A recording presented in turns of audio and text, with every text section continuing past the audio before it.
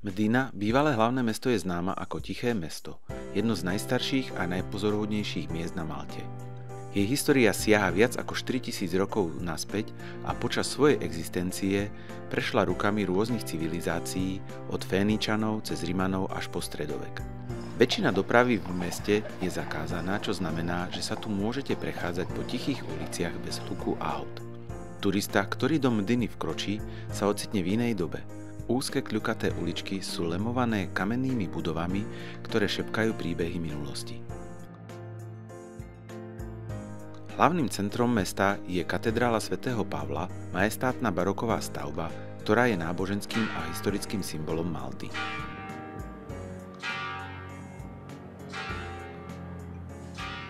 Pokoj v kombinácii s krásnou architektúrou a historickými pamiatkami vytvára jedinečnú atmosféru, ktorá láka návštevníkov z celého sveta. Mesto je plné malých obchodíkov, kaviarničiek a reštaurácií, ktoré ponúkajú autentické maltské špeciality. Ak hľadáte miesto, ktoré je plné histórie, kultúry a zároveň pokoja, Mdina je tým pravým cieľom na Malte.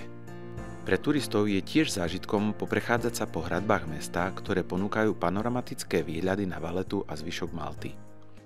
Ak sa vám video páčilo, neváhajte použiť tlačítko odoberať.